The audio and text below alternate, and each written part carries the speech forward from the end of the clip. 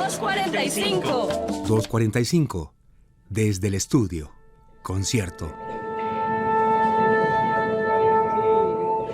Escúchelo los últimos martes de cada mes a las 2:45 de la tarde.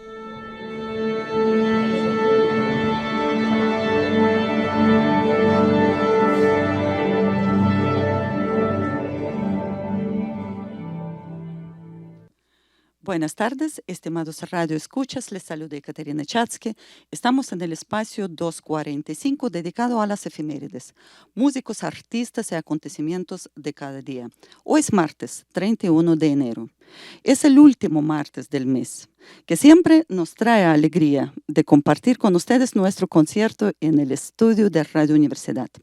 Permíteme transmitir la alegría de estar y trabajar en conjunto con mis compañeros de las radioemisoras de la Universidad de Costa Rica.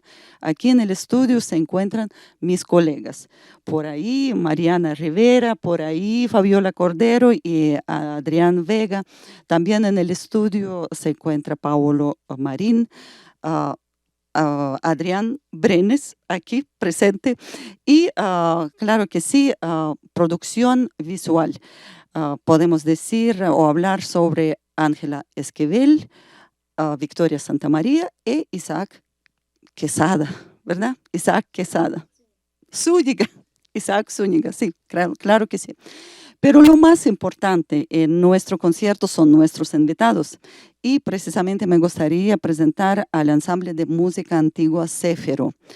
Ana Verónica Sánchez, la cantante, Roger Esteban León, violín barroco, Diego Salazar, flautas de pico, Sergio García, viola da gamba, Juan Carlos Soto, guitarra barroca y jarana, y Tania Vicente, que va a tocar tiorba. Precisamente, bueno, bienvenidos. Muchas gracias. Muchas gracias por estar con nosotros.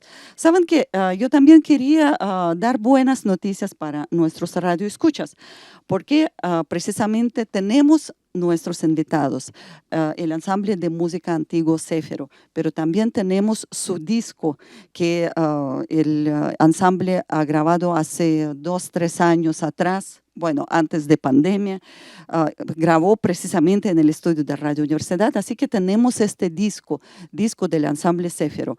Reporten su sintonía al teléfono 22 34 32 33, 22 34 32 33. Nos pueden escribir en WhatsApp 8303 5694, 8303 5694. También estamos recibiendo sus mensajes en Messenger de Radio Universidad. Así que, bueno, este disco tenemos como obsequio, tenemos 3 discos como obsequio, así que esperamos sus llamadas y sus mensajes. Ahora bien, no en vano presenté a nuestros invitados señalando los instrumentos de cada uno, porque el principal tema que desarrollaremos en nuestro programa son las características de los instrumentos antiguos y las técnicas que se utilizan para tocar, para cantar, para ejecutar la música de este periodo, de ese periodo. Y así, sin más demora, empezamos con Ana Verónica Sánchez. Creo que la participante de Céfiro más joven, ¿verdad? Bueno, Ana Verónica, bienvenida al programa. A ver, cuéntenos. Muchas gracias, Caterina. Para mí es todo un honor ser parte de Céfiro y también estar en el programa. Y bueno, tal y como dijo Caterina, yo soy cantante lírica. Una de las particularidades que tiene el canto lírico es el vibrato, porque es lo que conduce la voz, pero digamos en etapas más tempranas de la música occidental, el vibrato no era un elemento constante, porque habían otro tipo de herramientas. Se van a dar cuenta, bueno, la pieza que yo voy a cantar, que se llama Oigan una jacarilla, hay muchísimas notas, a eso se le llama melismas, entonces es una de las características virtuosas, siento yo, de la voz en esa época. También, pues como lo mencioné, la ausencia del vibrato, pero también tratar de enfatizar según ¿cómo es la palabra? Ahorita se me escapó. Bueno, Como el texto, ¿no? sí, exacto, el texto. Retórica, ¿verdad? Imagino de figuras retórico-musicales. Sí. Exactamente. Entonces, de hecho, muchos de esos temas yo los aprendí en la universidad con la profesora Tania Vicente, que es la directora del ensamble. Y bueno, esos son de los aspectos más destacados de la voz en esa época. Ajá, perfecto. Muchas gracias, Ana Verónica. Como nosotros decimos, ave, ¿verdad? Ana Verónica. Pero bien, vamos a escuchar al ensamble Céfiro con la pieza Príncipe. Es pieza anónimo, ¿verdad? Pero de misiones jesuíticas de Chiquitos, Bolivia, del año 1746. Bueno, mientras tanto, ahí Roger tiene que hacer un nudo con, o sea, hay una técnica específica, yo creo que nos va a contar ahorita, ¿verdad? Pero bien, mientras él está preparándose, Tania, no sé si nos puede contar precisamente de esta pieza. Sí, y ya voy a pasar el micrófono, tal vez. Ajá. Sí, esta pieza en realidad, bueno, viene de un manuscrito que se llama Sones para órgano y es una pieza escrita para órgano, pero nosotros seguimos la costumbre de la época que era usted toque la música con lo que tenga y con lo que lo pueda tocar. Entonces, bueno, a nosotros nos pareció que perfectamente se podía interpretar con un tipo de ensamble como este. Perfecto. Entonces, Príncipe de Misiones Jesuíticas de Chiquitos, Bolivia, del año 1746.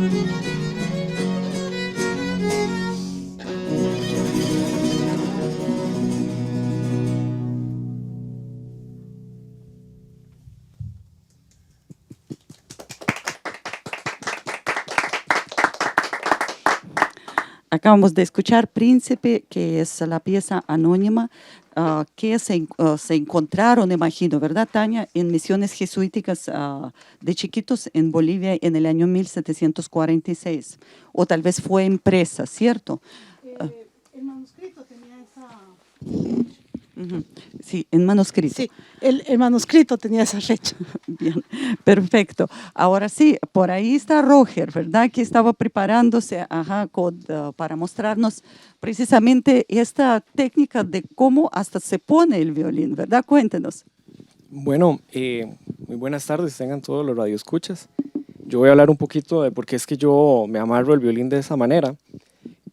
Cuando me invitaron a tocar en el ensamble, aquí la directora y el maestro Juan Carlos me dieron a préstamo este instrumento con la condición de que yo lo tocara como en la forma en la que se interpretaba en la época del periodo barroco. yo que estaba estudiando en la Escuela de Artes Musicales, yo tenía la costumbre de usar soporte, de utilizar un violín con cuerdas de metal, y en su momento a mí me costó mucho el tener que adaptar mi técnica a tocar sin soporte, utilizar cuerdas de tripa. eh, entonces yo investigando y llevando clases con algunos profesores en un festival en Italia, ellos me recomendaron utilizar esta técnica de amarrárselo con un paño, imitando iconografía de la época. Si uno ve pinturas como las de Caravaggio, los bodegones que pintaban angelitos en las catedrales, uno ve que todos ellos tenían, esas pinturas, habían violines, y algunos violinistas y angelitos tenían el violín amarrado con un paño. Entonces yo decidí amarrármelo probando primero y me gustó. Y se volvió un elemento que ahora yo lo utilizo en todos los conciertos. Ahora bien, yo quería preguntar si algún otro violinista utiliza la misma técnica. Claro, bueno, hay uno muy famoso en Italia que se llama Enrico Onofri. Él no ha sido profesor mío, pero él es un violinista, concertista y director de orquesta, que digamos, es contemporáneo a nosotros, ¿verdad? Y él utiliza esta técnica y yo le hice un par de preguntas por internet y él simplemente me dijo que agarraba un paño y se lo amarraba. Bueno, sí, nos sirve mucho precisamente las obras pictóricas. De ahí vamos a hablar tal vez cuando nos volvemos, nuestra mirada va a caer sobre Juan Carlos Luthier. Tal vez nos precisamente va a contar de este poderoso recurso como es lo pictórico, ¿verdad? La iconografía. Sí, ajá, iconografía. Claro que sí, muchas gracias. Ahora bien, Roger, no se vaya, porque yo quería preguntar acerca de las cuerdas. ¿Cómo son cuerdas en su violín? Son cuerdas de tripa, Ajá, no son cuerdas de metal, y yo las tengo que mandar a traer. Bueno, las cuerdas de tripa no están entorchadas, que es como, o sea, no tienen como un alambre de aluminio o de otros metales, sino que son tripas peladas. Es como tener un intestino ahí estirado en el instrumento. Perdón ahí los veganos y vegetarianos, pero así es como se tocaba en la época. Las cuerdas eran de tripa de cabra o de oveja. Bien, y por favor, díganos, no son duraderos, ¿verdad? Estas cuerdas. No, son cuerdas que sufren mucho con el clima. Si hay mucha humedad o de repente se pone muy seco, ellas tienden a estirarse más y a durar menos que las cuerdas de metal. Entonces uno siempre tiene que tener ahí una colección de cuerdas lista para los conciertos. Ahora bien, sobre la afinación, porque precisamente la primera pieza tuvimos que posponer, ¿verdad? Porque sí usted tenía que afinar el instrumento. Cuéntenos. Bueno, como el clima en Costa Rica es un clima muy húmedo, ¿verdad? Tenemos mucha humedad, es muy común que eso afecte la tensión de las cuerdas o la misma madera de todo el instrumento, y es necesario estar afinando después de cada pieza. Las cuerdas de tripa yo las compro con un barniz para que ellas duren un poquito más en este clima. Ese barniz en realidad no debería ponérselo, pero yo las compro así para que duren más. Muchos profesores me decían, no, es que usted tiene que comprarla sin barniz, tiene que comprar la tripa pelada. Bueno, eso es ya gente muy purista que prefiere tocar exactamente como se tocaba en la época, pero yo... Ahora bien, cuéntenos sobre el arco, porque el arco también es diferente al arco de violín contemporáneo. Bueno, el violín barroco tiene las cuerdas de tripa, ya dije, pero lo que más ha cambiado con respecto a la interpretación moderna, con respecto a cómo se tocaba en el barroco, ha sido el arco, porque hubieron no solamente un tipo de arco, yo ahorita tengo pero pueden haber, digamos, muchos tipos de arco dependiendo del periodo, si era el barroco temprano, si era el barroco tardío. Corelli tenía un tipo de arco, Geminiani tenía otro, Bach tenía otro, o sea, habían muchos arcos. Y entonces lo que más caracteriza es que todos tenían la punta puntiaguda, valga la redundancia, a diferencia de los de ahora que la punta es cuadrada. La punta cuadrada ayuda a que se haga más homogéneo el sonido del instrumento cuando uno toca para abajo, cuando uno toca para arriba. La punta acentúa que haya una diferencia. Entonces, el director de orquesta Harnoncourt, él en su libro La música como discurso sonoro, enfatiza que este tipo de ejecutar un instrumento con este tipo de arco acrecienta como las jerarquías de las notas y de los pesos fuertes en la partitura. Entonces uno tiene que pensar dónde va el arco para abajo para que la nota tenga una acentuación y cuándo va para arriba para que sea una nota más débil y que tal vez no ocupa tanta fuerza. Bueno, muchas gracias. Vamos a seguir adelante y vamos a escuchar a continuación Marisápalos, que es anónimo de España del siglo XVIII. Mientras ustedes van a afinar, ya pueden afinarse. Yo voy a decir a nuestros radioescuchas que no solamente tenemos los invitados, sino tenemos el disco de estos invitados. Así que por favor llámenos al teléfono 22 34 32 33 22 34 32 33.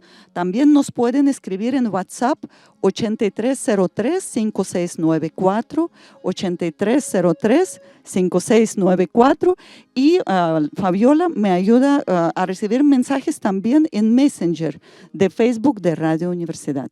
Tenemos de obsequio 3 discos, así que esperamos sus llamadas.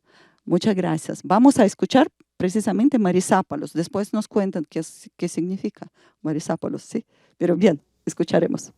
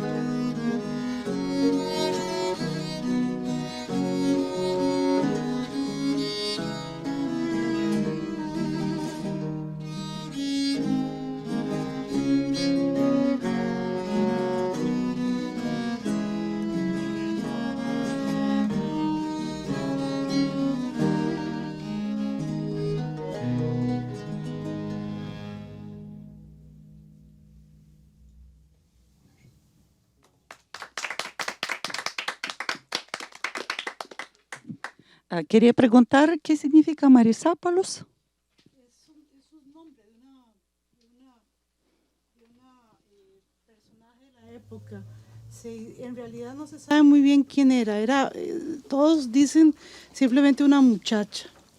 Y es muy interesante porque sí, surge en España. Bueno, en realidad no sabemos ni siquiera si surgió en España o si surgió en Latinoamérica, porque encontramos la misma melodía, bueno, con algunas diferencias, la misma melodía con el mismo nombre en ambos lugares contemporáneamente. Muchas gracias.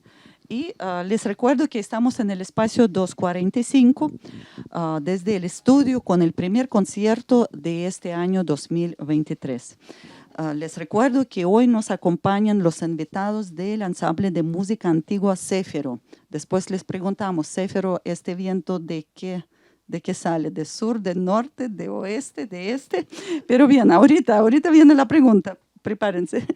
Y no solamente nos acompañan, sino que cada uno nos presenta su instrumento, las técnicas de ejecución y también las técnicas de realización. Me gustaría presentarles a uno de los miembros del ensamble Céfiro, quien también es luthier costarricense, Juan Carlos Soto. Así que de verdad voy a invitar a Juan Carlos no solo a hablar del instrumento que está tocando en este momento, sino entreabrir las puertas de su taller. Muchísimas gracias a todos los radioescuchas, a Caterina Chasky, al equipo de Radio Universidad, que muy amablemente nos ha invitado.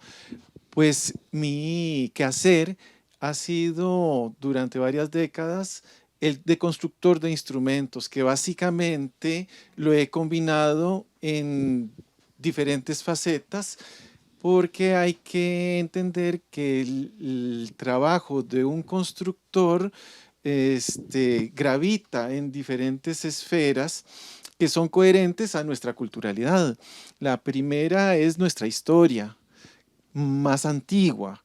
La segunda es esa que nos heredó las raíces de nuestra identidad más cercana, que es el folclore, y luego viene pues todo el periodo que es clásico y moderno, que es lo que actualmente nosotros tenemos como práctica artística, musical y en muchos otros campos. Eso se refleja también en la construcción de instrumentos, tanto en la ejecución como en la construcción. Entonces me ha tocado, digamos, la fortuna de gravitar en medio de esos campos.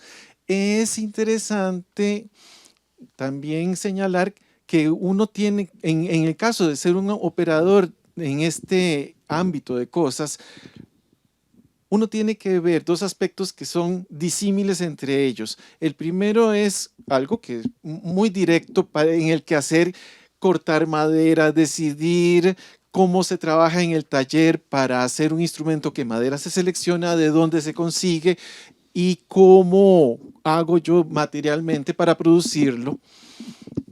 Ese es un aspecto que es muy directo, es evidente y es algo que es casi que mecánico, podríamos decirlo. Y hay otro que es filosófico en este aspecto que abarca muchos puntos, sería, digamos, interminable. Los que más me importan señalar ahora son los siguientes. Es el hecho histórico y cómo lo traemos a la vida en el presente. Entonces, este es un punto determinante que atañe a muchas diferentes disciplinas. También a los historiadores les pasa cómo tienen la lectura del hecho histórico y cómo lo interpretan, bajo qué criterios actualmente. Pero eso le pasa también a los psicoanalistas, como un paciente mira un hecho del pasado que le afectó y cómo lo puede reinterpretar. Eso nos pasa exactamente en la recreación de instrumentos de música histórica y en la ejecución de instrumentos. Por ejemplo, estaba lo que me decía la maestra Caterina, que hay pinturas antiguas. Entonces, efectivamente, estas pinturas, en realidad, de manera más genérica, se llaman fuentes. Las fuentes básicamente son en periodos históricos, si nosotros queremos reconstruir un dinosaurio musical, que es un término que me fascina porque es hasta ingenuo, pues simplemente uno tiene la oportunidad de nutrirse de los siguientes aspectos. Angelitos en las cúpulas de las catedrales que están pintados y que hay orquestas de los ángeles que representan músicos que realmente existían, con instrumentos que realmente existían en la época del pintor. Entonces así nos han llegado información no solamente de cómo eran los instrumentos, sino de cómo se tocaban a través de angelitos, ángeles querubines y todo tipo de imágenes similares. También caballeros pintados, caballeros de corte, nobles que tenían orquestas completas. La orquesta del rey en Francia eran famosísimas las orquestas fijas y orquestas también que se iban con diferentes instrumentos en marchas, incluso instrumentos en caballeriza, digamos que iban desfilando en caballeriza, que generalmente eran instrumentos de viento. Y otras fuentes que eran lo que antiguamente hubieran sido los métodos para aprender a tocar diferentes instrumentos. Esas son todo lo que nosotros tenemos que meter en nuestro bagaje a la hora de reproducir, digamos, de informarnos cómo eran. Otro cuento muy distinto es, hoy en día, cuál es nuestra reproposición de aquello que nos informamos. Por eso se llama una práctica de construcción o reconstrucción históricamente informada. Juan Carlos, aquí ya tengo una pregunta de don Luis Leiva, a quien saludo a la distancia y veo que sigue escribiendo. Muchas gracias, don Luis. Él dice que le llamó mucha la atención el tipo de cuerdas que se usaban en los violines hacia el barroco tardío.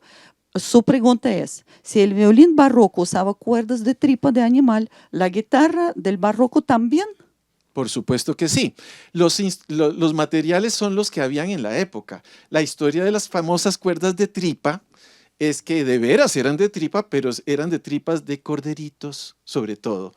Entonces, los instrumentos más antiguos, por ejemplo, digamos, para hacerlo en palabras fáciles y tratar de sintetizar la historia de las cuerdas de tripa, es que primero eran es un intestino de corderito que tiene una cierta torsión. Las más antiguas eran poco torcidas, es decir, poco retorcidas entre sí, como cuando uno va retorciendo un cordón. Y así se hacen también, por ejemplo, los mecates de cabuya, que tienen poca torsión. Con el tiempo se descubrió que eran mucho más elásticos si tenían mucha torsión. Entonces se desarrollaron métodos para trenzarlos, para entendernos fácilmente, encadenamientos de eslabones mucho más pequeños, que son resortes de muchas más vueltas. Después descubrieron que eso no era suficiente porque no permitían más notas. Entonces sumergían la cuerda en sales minerales de plomo, de cobre, óxido de plomo, óxido de cobre, rojo de pistoia, que eran análogos a los pigmentos que usaban los pintores de la época. Y es chistosísimo porque en los cuadros de la época usted ve que están algunas cuerdas de color amarillo y otras rojas. ¿Para qué las sumergían en óxidos de metales? Para que la cuerda fuera más pesada y tuviera más posibilidad de favorecer las notas graves. Y hacia el año 1720, 1710, a alguien se le ocurrió envolverlas en un resorte. Y eso se llama entorchado. Entonces, usted ve, por ejemplo, que es la técnica moderna, incluso en los pianos de cola, en los pianos, todas las cuerdas hoy en día, las cuerdas graves son entorchadas. Y entre más pesado sea el metal, más grave puede sonar la cuerda. Ese es básicamente, bueno, ese es como un decálogo de la construcción de cuerdas. Yo creo que don Luis recibió su respuesta, imagino. Ya vamos a ver qué nos cuenta. Pero bien, yo de verdad quería preguntar más cosas. Tal vez durante el programa otra vez volvamos donde Juan Carlos Soto, luthier costarricense, y también que hoy toca guitarra barroca. Solamente no veo otro instrumento, jarana. ¿Dónde está? La jarana está aquí atrás, vamos a sacarla. Muy bien, y mientras Juan Carlos está sacando, yo voy a leer que nos escribió Brian Bonilla. Buenas tardes, reportando sintonía desde Tres Ríos. Muy interesante el programa. Me gustaría participar en uno de los discos. Sí, saludos, Brian. Y después yo sigo leyendo, pero bien, Juan Carlos. Como parte de la actividad que hacemos, hay que entender una situación. Imaginemos que en el periodo de la conquista, esto fue realmente así, desde el sur de España, digamos de Cádiz, salían carabelas, galeones y embarcaciones a los virreinatos que posiblemente salían de Cádiz, hacían primer parada en Islas Canarias, después seguían venían aterrizando como podían, digamos, en la isla de Cuba o en la española República Dominicana y después en todas las otras costas caribes, alimentando de tradiciones y sobre todo de la cultura musical a los virreinatos. Este es un hecho muy importante y decisivo en la aparición de nuestro folclore, porque los criollos y los nativos de América Latina, ya que fueran mestizos o que ya fueran nacidos, querían tener instrumentos parecidos a aquellos que venían de la tradición de las cortes o que trajeron sobre todo los religiosos jesuitas. Y entonces, entre los maestros de capilla y los músicos de corte, trajeron toda la herencia cultural musical europea que en América Latina comenzó a, digamos, transformarse en instrumentos autóctonos, y de ahí nacen instrumentos como el arpa paraguaya, el arpa mexicana, el arpa venezolana, el cuatro venezolana, que son las guitarras pequeñas, charango y otros instrumentos, y la jarana posiblemente viene de esa tradición. Esa es la justificación de por qué usamos muchos instrumentos autóctonos también en nuestro, digamos, repertorio. Muchas gracias, Juan Carlos. Y vamos a escuchar, ¿verdad? Dos piezas más. La primera es Los Imposibles y la segunda, Clarines Suaves. Pero mientras los músicos están nuevamente como afinando esta tripa, ¿verdad?, de violín y todo, yo quiero leer que don Luis Leiva nuevamente dice: el caballero explica algo sumamente interesante, pues en el arte de la Edad Media se aprecian los ángeles tocando instrumentos, pues si tenías cualidades artísticas debía dedicarlas al agrado de Dios. Ahí tal vez ya va otra pregunta, pero más adelante. Muchas gracias, don Luis. ¿Ya ustedes afinaron o no? Y yo, si no, yo mientras tanto leo. Recibimos un mensaje de Diña Chávez, a quien saludo a la distancia. Buenas tardes, les escucho en este primer concierto de ensamble de música antigua. Interesantísimo y quiero participar, por favor. Sí, claro que sí, doña Diña y también Germán Núñez. Muy bien, vamos a escuchar pues Los Imposibles y Clarines Suaves.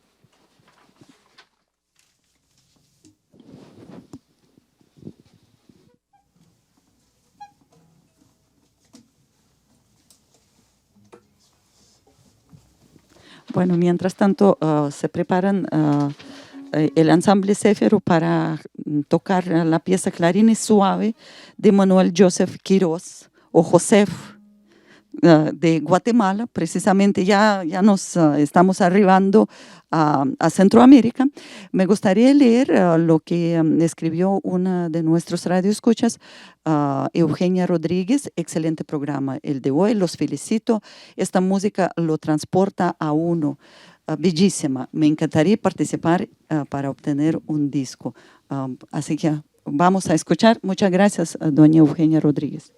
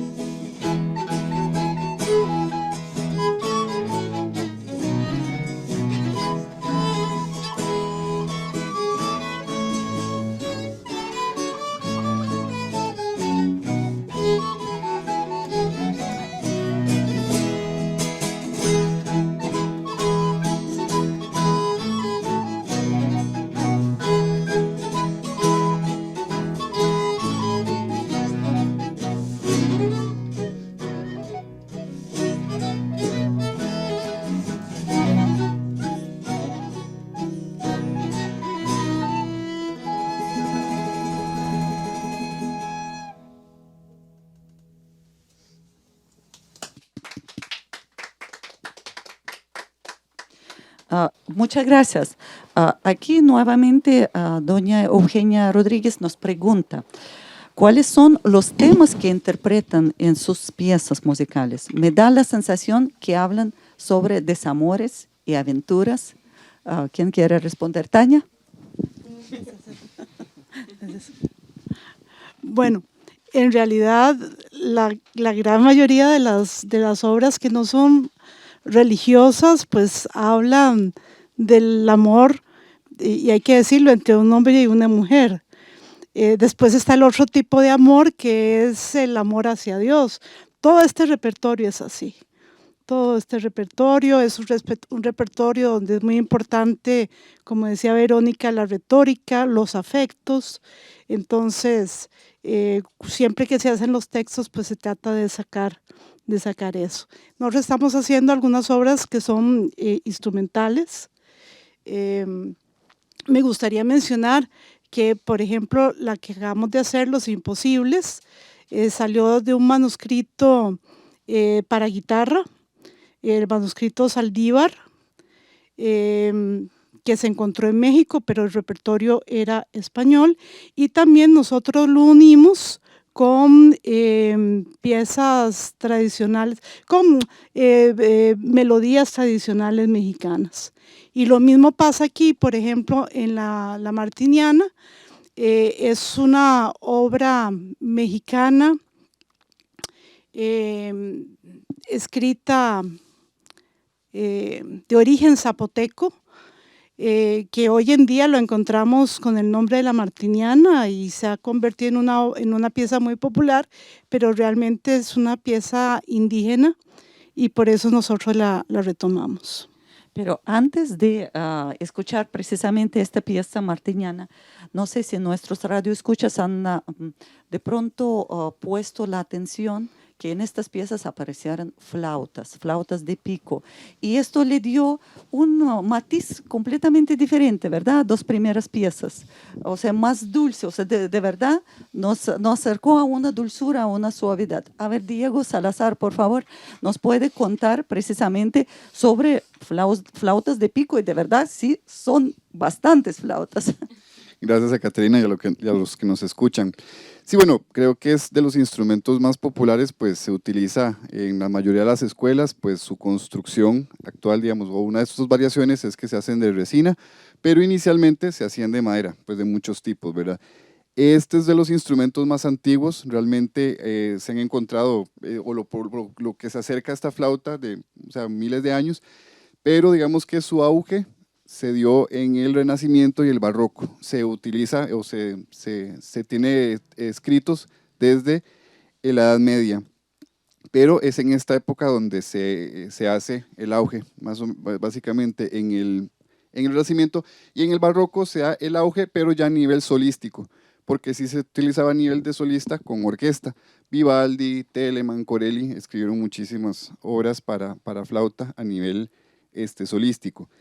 También otra de las características de las flautas es que además de la soprano, que es esta que tenemos por acá, que es la que conocemos popularmente, que es la que más se usa en las escuelas y colegios, también tenemos esta, que es también una soprano, pero esta es la construcción del Renacimiento, así es como se construía en el Renacimiento, esta era la forma estética.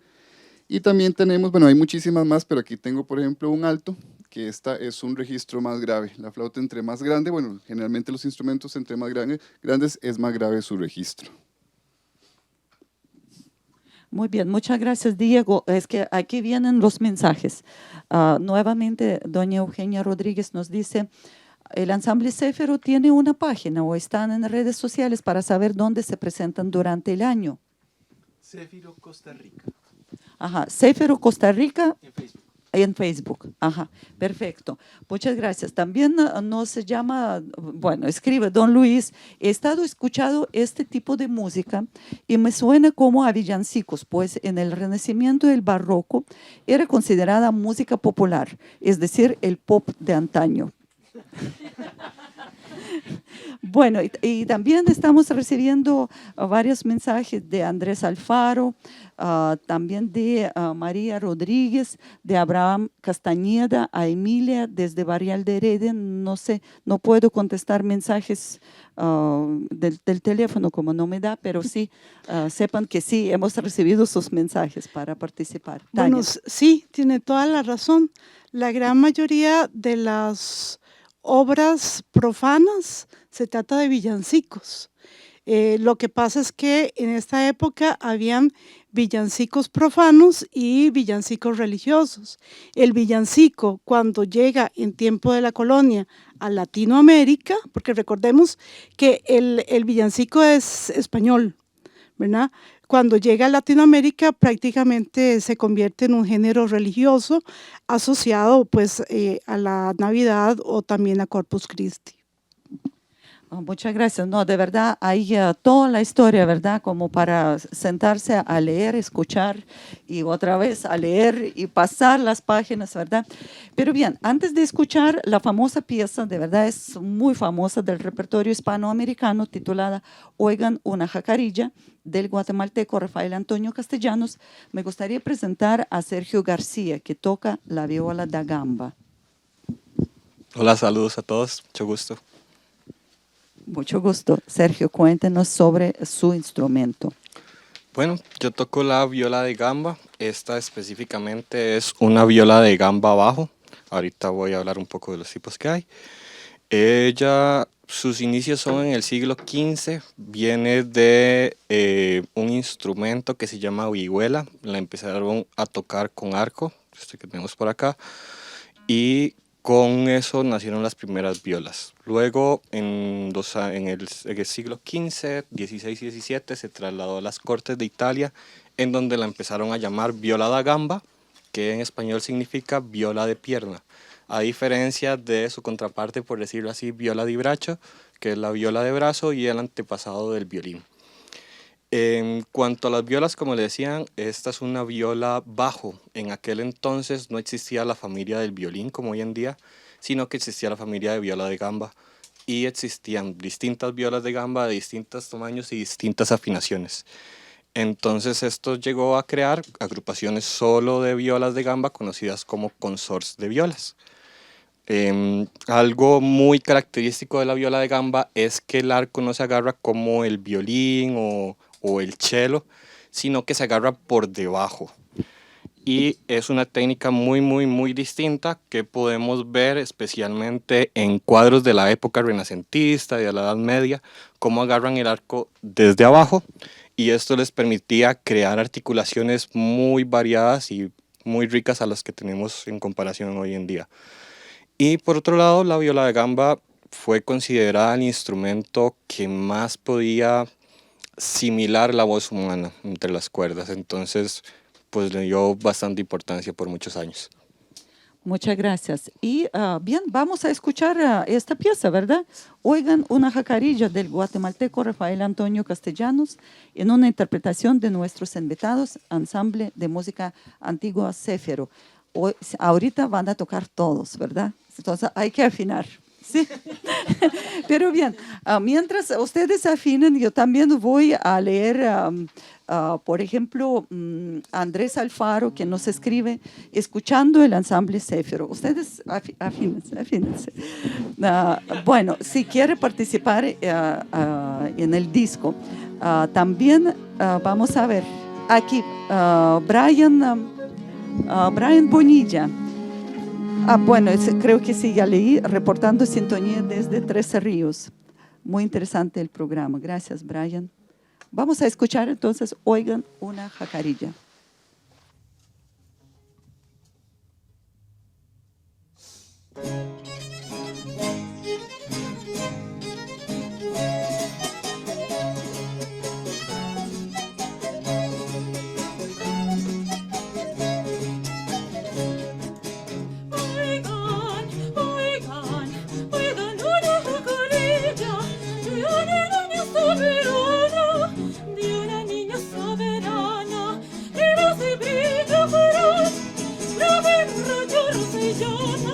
Pero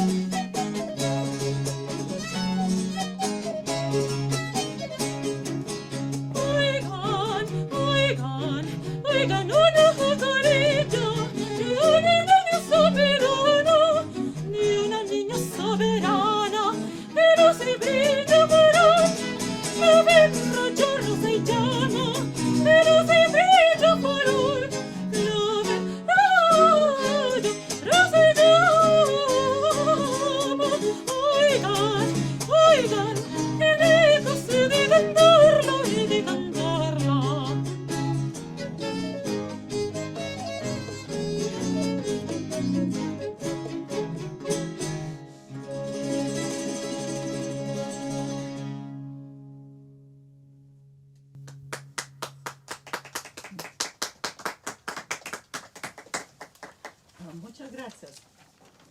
Muchas gracias. Y todavía nos falta presentar un instrumento, más bien, hay dos instrumentos que nos falta presentar. Tiorba, que está ejecutando Tania Vicente, la directora del grupo Céfiro. Tania, por favor, cuéntenos acerca de su instrumento. Bueno, la tiorba, que es este instrumento que está acá. Sí, sí, por favor. Veámoslo también al revés. Esto es un instrumento que viene de la familia del laúd. El laúd es un instrumento que es la adaptación europea del oud árabe. Y bueno, entra al continente europeo en el medievo. El laúd en el medievo era pequeñito y se tocaba con un, no haciendo acordes, sino solo de forma melódica. Luego en el Renacimiento, como todos los instrumentos, pues ya empieza la parte armónica, porque surge la polifonía, entonces el instrumento imita la polifonía. Tenemos laúdes de todos los tamaños, desde el soprano pequeñito hasta el bajo. Y esto es, digamos, bueno, no sé si una evolución, yo diría que un cambio que se da por el tipo de música.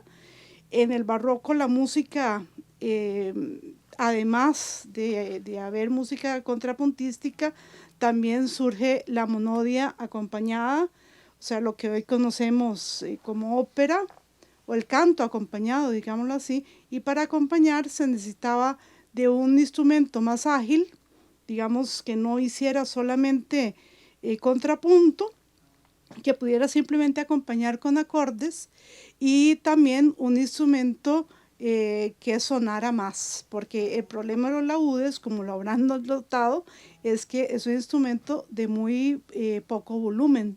Entonces, la tiorba funciona como un piano de cola. Si la cuerda es más larga, aunque la afinemos en la misma nota, pues tiene más volumen. En el caso de la tiorba específicamente, y para acompañar la monodia, se le cambió, o mejor dicho, tuvo varios cambios en la afinación. El laúd era como una guitarra que va de las notas agudas hacia las graves. Aquí, más bien, es una afinación rientrante, parte del bajo y luego va hacia el agudo. ¿Y eso se hace para qué? Pues para dar más soporte al canto. Lo mismo pasa con los bajos, ¿verdad? Son simplemente para dar soporte. Sí, gracias, Tania. Y yo quería también preguntar, usted sí fue fundadora de diferentes grupos de música antigua en Costa Rica. Uno de estos recordamos Ganassi, que también han grabado varios discos. Céfiro, que tiene alrededor de 10 años, ¿verdad? El grupo. No, este tiene 6. 6 años. Bueno, ya casi. Pero precisamente yo quería preguntar acerca de la práctica de música antigua en el país. Bueno, en realidad la práctica de la música antigua en el país empieza prácticamente que en los años 50, cuando se empieza a hacer ya aparece un primer clavecín en el país. Pero bueno, digamos de lo que yo puedo hablar es a partir de los años 70. Hay varias personas que que no son, en realidad no se dedican por entero a la música, se dedican a otras carreras y que viajan, pero les gusta mucho la música antigua y entonces compran instrumentos. Por ejemplo, este es el caso de don Enrique Góngora, que ya no está entre nosotros. Don Enrique compra flautas dulces, estudia un poco de flauta dulce y bueno, trae también este gusto por la música antigua, lo trae al país. Y entonces, bueno, a partir de este grupo que se llamaba ¿cómo se llamaba? El Collegium Musicum, surgen otros grupos. hay muchos grupos, por ejemplo, la Universidad de Costa Rica siempre se preocupó por hacer esta música. Entonces, bueno, yo estaba en los años 80 tocando en la Universidad de Costa Rica con un grupo de música antigua que se llamaba el Conjunto Universitario de Música Antigua. Y bueno, digamos, en lo que me atañe, yo he tenido 3 grupos. Uno de ellos es Glosas Ensemble, que tenía con la cantante Isabel Guzmán y con un violista de gamba, Daniel Rojas. Ya bueno, Isabel tiene una vida muy ocupada, entonces ya no está con nosotros y Daniel se fue del país. Pero también Ganassi estuvimos 11 años. En realidad, bueno, lo que queríamos era cambiar de aire, tal vez, no sé. Y bueno, a mí inmediatamente después de Ganassi yo formé Céfiro y con la idea de hacer la música que más me gustaba hacer. Y bueno, y eso es lo que hago. Excelente, excelente. Muchas gracias por llegar a la radio hoy, ¿verdad? Estar con nosotros. Pero antes de escuchar la última pieza del concierto, porque bueno, el tiempo corre, ¿verdad? Vamos a escuchar Batalla de Andrea Falconiero de Nápoles.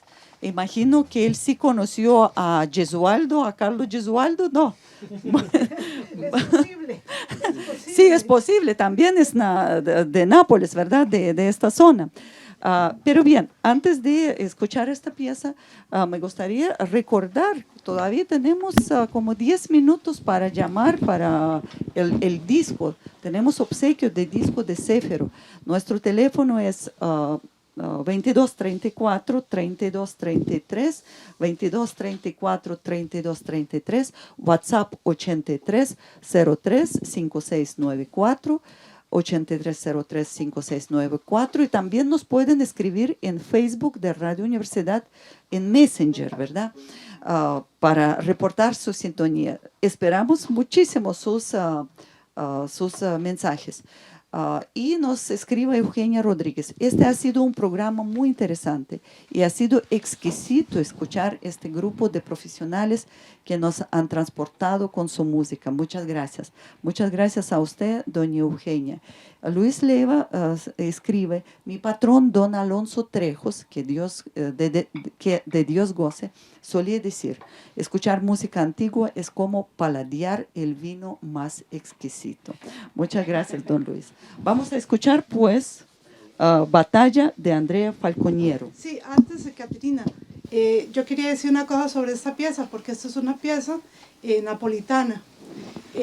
Nosotros quisimos hacer un repertorio de música latinoamericana, donde metimos entonces obras coloniales. ¿Y por qué una obra napolitana? Bueno, recordemos que en aquella época Nápoles era una colonia española. Y de hecho, por eso a veces se dice Andrea Falconiero o se dice Andrea Falconieri, dependiendo desde dónde se ve. Y bueno, con esto cerramos el programa, es una batalla. Pero antes de batallar, me gustaría que Juan Carlos nos contaba sobre quién está batallando ahí. Siempre me toca a mí el trabajo sucio. El nombre verdadero de esta pieza es Batalla de Barrabás, yerno de Satanás. Entonces, el famosísimo maestro Andrea Falconieri. Lo que pasa es que en muchos contextos entenderán que solamente podemos decir que se llama la batalla, pero en realidad es posible que sean alusiones a pasajes bíblicos donde batallas entre el bien y el mal. Son para hacer, digamos, la nota de pie de página. Muy bien, vamos a afinar entonces los instrumentos antiguos.